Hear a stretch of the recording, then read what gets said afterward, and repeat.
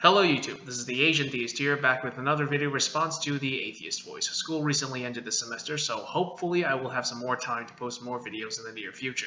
In this video, Hemant Mehta discusses whether or not there is a fast way to make someone an atheist. And while I agree with him in the sense that there is no such argument, and that religion is something that requires a great deal of thought, his arguments for atheism as the most rational conclusion are questionable, to say the least. Let's take a look.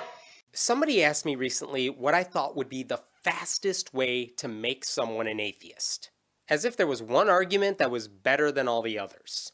Now, I'll admit that I cannot pass a sweeping judgment on every atheist on the internet, but as far as I'm concerned about your particular YouTube channel, you have yet to offer one good argument. A few thoughts ran through my mind. Read the first pages of the Bible. In one of my previous videos, I said that creation and evolution were not within my strong points. However, I will mention that not everyone takes the creation account literally. Realize that every major religion teaches that every other major religion is wrong, and they can't all be right.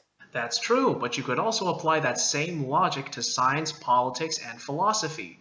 Anyone who has ever went to school would know that people are hardly ever united 100% on a debatable topic, yet not a single rational person would use that as evidence that a conclusion can't be found.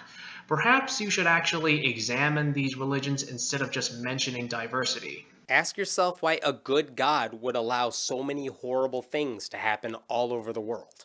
Been there, done that. However, even if this did disprove the idea of a good God, how do we know there still isn't a God out there, even if it's an evil one? The more I thought about it, the more I realized I didn't really want to answer the question. Because if all it takes for you to shed your faith and become an atheist is like 2 minutes of thinking, then maybe you haven't really thought this thing through. I actually agree.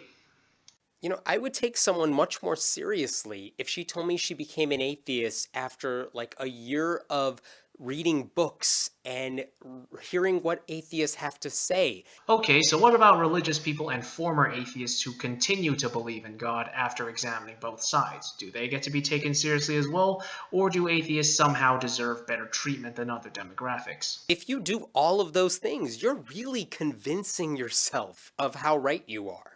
Ever heard of confirmation bias? I want people to be atheists forever, and I want to convince you all that I'm right.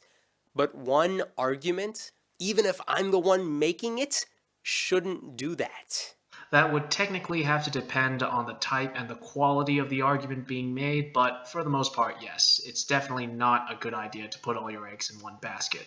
I hope you become atheists because all the evidence from all different areas convinces you that it makes the most sense. The Big Bang, religious hypocrisy, biblical contradictions, the fact that your pastor lies to you all the time, etc.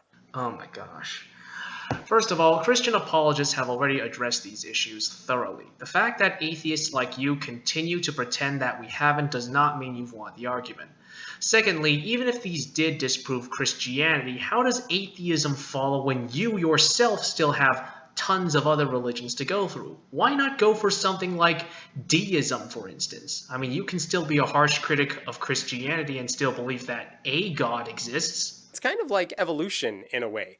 The greatest scientists in the world accept it, not because Charles Darwin wrote a book about it, but because they've seen the evidence for evolution in so many different fields.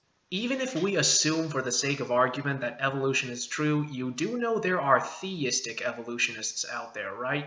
Ken Ham's Creation Museum isn't going to change all of your minds about evolution because it's just one thing. Once again, not every Christian is a young earth creationist. In fact, well-known Christian apologists like William Lane Craig accept evolution and would argue against the interpretation of Noah's Ark in the literal sense. And if you're an atheist because all the evidence in the world convinces you that God doesn't exist, then one story about a supposed miracle isn't going to sway you. Going to one church service isn't going to change your mind. And good, it shouldn't. Once again, the Christian God is only one particular God out of tons of other gods throughout human history. How does atheism follow when you've only disproven one of them? I want you to think this through, because religion is a serious topic. Have you thought it through, Mr. Meta? Because you clearly need to take your own advice. Don't believe something just because I said so or you saw one of these videos.